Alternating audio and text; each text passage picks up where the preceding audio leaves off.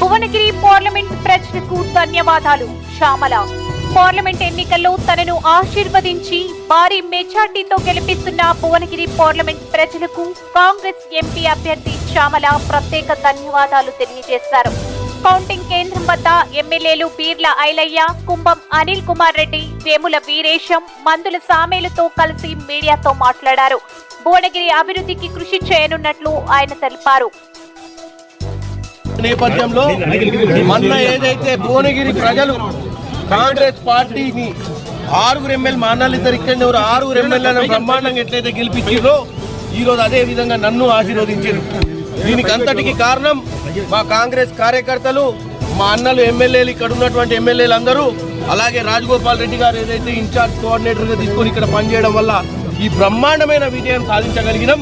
మరొకసారి నేను భువనగిరి ప్రజలందరికీ చేతులెత్తి దండం పెడుతున్నా.